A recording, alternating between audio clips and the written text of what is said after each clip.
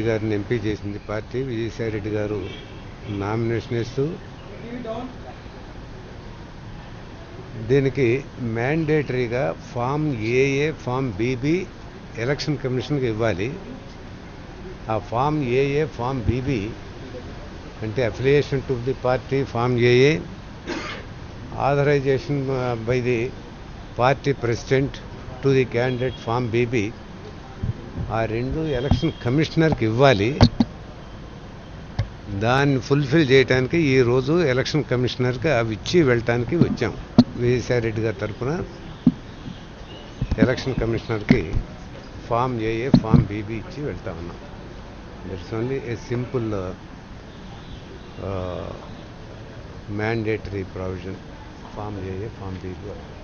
Sir ఇది బాబు గారు అక్కడ నుంచి 4వ అభ్యర్థిని పెడతారు కదా, మీరేమైనా అసలు వాడిని పెట్టిన తర్వాత చూద్దాం. ఎవరు చెప్పారు?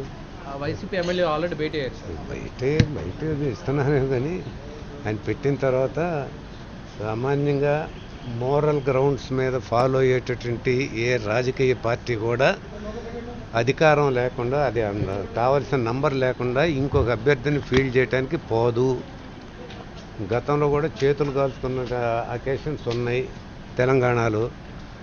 మేమైతే అనుకోవట్లా, కానీ రకరకాల రూమర్స్ వస్తున్నాయి కాబట్టి అట్లా పెట్టడం అనైతికం అనేది ఈ స్టేజ్లో చెప్తాను తప్ప తర్వాత భవిష్యత్తులో పరిణామాలు ఎట్లా వస్తుంది చూస్తాం. సార్ స్ట్రాటజీగా పార్టీ తరఫు నుంచి కాకుండా ఇండిపెండెంట్గా పెట్టడం ఏం చేస్తాడో చూద్దాం కదండి.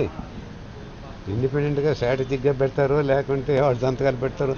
ఇవాళ హితమిద్దంగా మాట్లాడుకోవాల్సినంత అవసరం లేదు. మాకు కావాల్సిన క్యాండిడేట్స్ మాకున్నారు, మాకు అభ్యర్థులు. మేము ఎక్కువగా పెట్టట్లా. మాకు ఇవాళ కావాల్సింది ఒక్కొక్క అభ్యర్థి గెలుపుకి మొదటి ఓటు 36. మాకు అంతకుముందు 67 ఉండేవాళ్ళు. కొందరు వాళ్ళ ప్రోత్సాహంతో డిఫెక్ట్ అయ్యారు, వెళ్ళారు. వాళ్ళ భవిష్యత్తు ఏంటో ఇంకా హితమిద్దంగానే ఉంది, తేలలేదు. అయినా సరే ఇవాళ మాకు 48 మంది ఇంకా మాతో ఉన్నారు. అప్పుడు కావలసింది 36.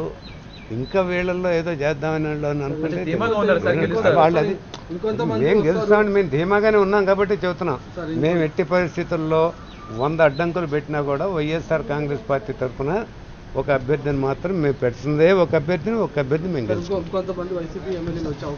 ఏమి పోరండి, ఏమి పోరు, ఒక్కరు కూడా పోరు. ఓకే.